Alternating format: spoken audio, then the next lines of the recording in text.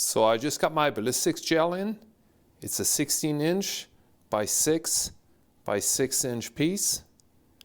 And I'm going to test the North American Arms Folding Revolver in .22 Magnum with 3 different ammunitions as soon as the weather breaks. My question to you is, what kind of control round should I use to compare these 3 ammunitions to?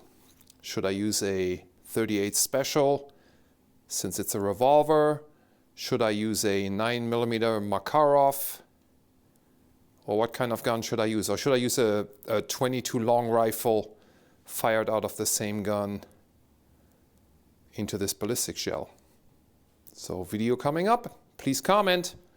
See you on the next one.